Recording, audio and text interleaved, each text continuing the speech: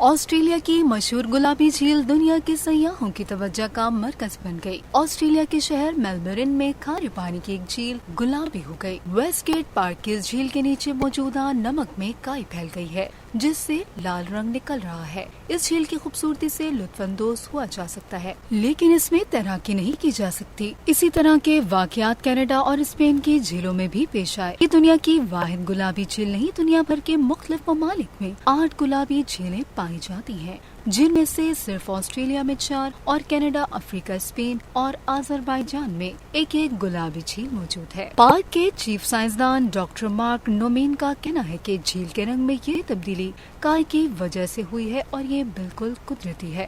اس کا پانی خطرناک نہیں لیکن پھر بھی وہ اس میں تیراکی کا مشورہ نہیں دیں گے۔